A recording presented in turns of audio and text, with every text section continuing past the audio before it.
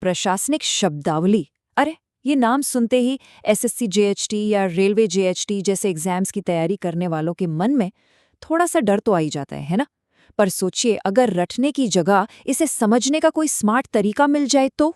बस, आज हम उसी तरीके पर बात करेंगे। तो चलिए शुरू करते हैं। हाँ, तो हम सब ने कभी न कभी इन मोटी मोटी पुरानी शब्दावली की किताबों से शब्दों की लंबी लंबी लिस्ट रटने की कोशिश तो की ही है।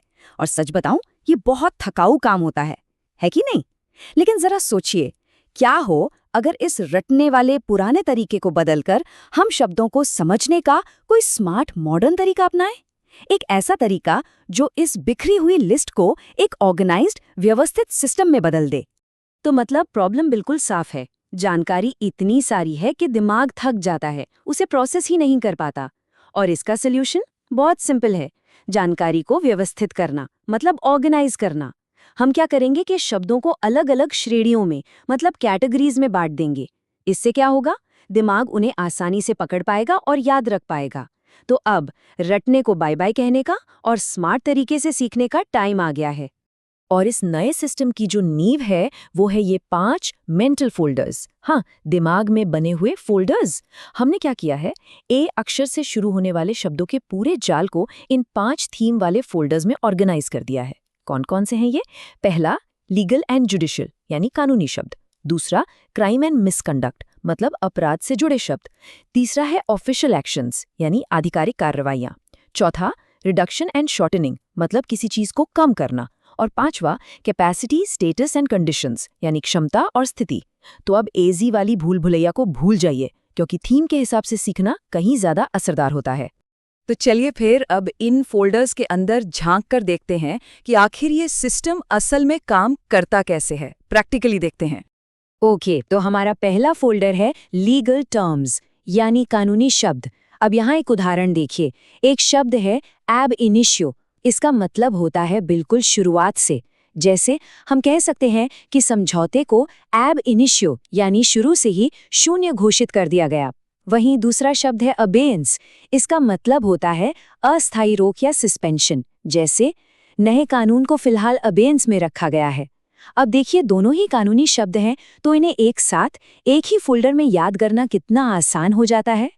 अब आते हैं दूसरे फोल्डर पर, और ये तो और भी मजेदार है। इसमें हम शब्दों से एक कहानी बनाएंगे। सोचिए, एक क्राइम स्टोरी। सबसे पहले क्या होता है? किसी का अपहरण होता है यानी एब्डक्शन। फिर कोई उस अपराधी को इस काम के लिए उकसाता है, उसकी मदद करता है, जिसे कहते हैं अबेटमेंट। और फिर अंत में क्या होता है? अपराधी पकड़ में नहीं आता, वो फरार हो जाता है, यानी एब्सकॉन्डर बन जाता है। देखा, एब्डक्शन, अबेटमेंट, एब्सकॉन्डर। एक कहानी में पिरोने से ये शब्द हमेशा के लिए दिमाग में छप जाएंगे। देखा कैसे एक छोटी सी कहानी ने इन मुश्किल शब्दों को दिमाग में एकदम चिपका दिया। यही तो है कॉन्टेक्स्ट की पावर, यानी संदर्भ की ताकत। ये रटने से आप मानिए 1000 गुना बेहतर काम करती है। और ये तो बस शुरुआत है। अच्छा, तो ये सिस्टम सिर्फ इन फोल्डर्स तक ही नहीं है। नहीं, अब हम कुछ और भी क्रिएटिव टूल्स देखने वाले हैं। ऐसी तकनीकें जो मुश्किल से मुश्किल शब्दों से निपटने में हमारी मदद करेंगी। ये देखिए, ये है हमारा कैंसिलेशन मैट्रिक्स। अब होता क्या है कि कई बार शब्द बड़े कंफ्यूजिंग होते हैं, एक जैसे लगते हैं। जैसे अबैंडनमेंट, एब्डिकेशन, एबोलिशन और एब्रोगेट। इन सब का मतलब कहीं ना कहीं छोड़ने या खत्म करने से जुड़ा है। तो ये मैट्रिक्स क्या करता है, ये इन चारों के बीच का जो बारीक सा फर्क है ना, उसे एकदम साफ साफ दिखाता है, ताकि कोई कंफ्यूजन की गुंजाइश ही ना बचे।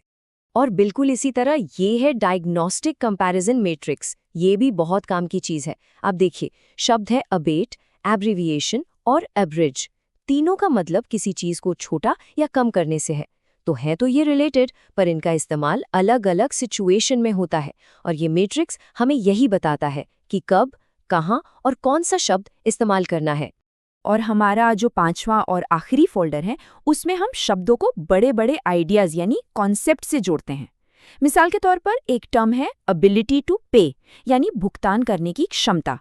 अब ये सीधे सीधे किससे जुड़ा है? वित्तीय स्थिति या फाइनेंशियल स्टेट के कॉन्सेप्ट से। तो इस तरह से हम सिर्फ एक शब्द नहीं रट रहे हैं, बल्कि पूरा का पूरा कॉन्सेप्ट समझ रहे हैं, जो ज्यादा समय तक याद रहता है।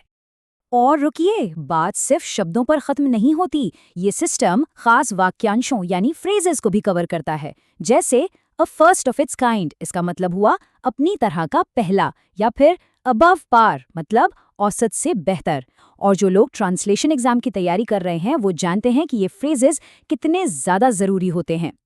तो इतना सब कुछ करने के बाद फोल्डर्स, कहानियां, मैट्रिक्स, सवाल ये उठता है कि इस पूरे सिस्टम का आखिर फायदा क्या है? एंड रिजल्ट क्या है इसका? ये है इसका फायदा। ये देखिए एक मास्टर चीट शीट। ए लिस्ट के सभी मतलब सभी जरूरी शब्द फोल्डर के हिसाब से एकदम करीने से ऑर्गेनाइज्ड। सोचिए, एग्जाम से ठीक पहले फटाफट रिवीजन करने के लिए इससे बेहतरीन टूल और क्या हो सकता है? तो सार यही है, हम एक थकाऊ बोरिंग लिस्ट से हटकर एक एम्पावरिंग यानी सशक्त बनाने वाले सिस्टम की तरफ बढ़ रहे हैं। मतलब एक पैसिव रटने वाले से एक एक्टिव सीखने वाला बनने का सफर है ये। तो अब सवाल ये है कि इस नए तरीके को अपनाकर शब्दावली की अगली कौन सी चुनौती को पार किया जाएगा? बी लिस्ट, सी लिस्ट, संभावनाएं अनंत हैं। चलिए, तो आज के लिए बस इतना ही। याद रखिए, सीखना एक सफर है, रटना नहीं। सीखते रहिए और आगे बढ़ते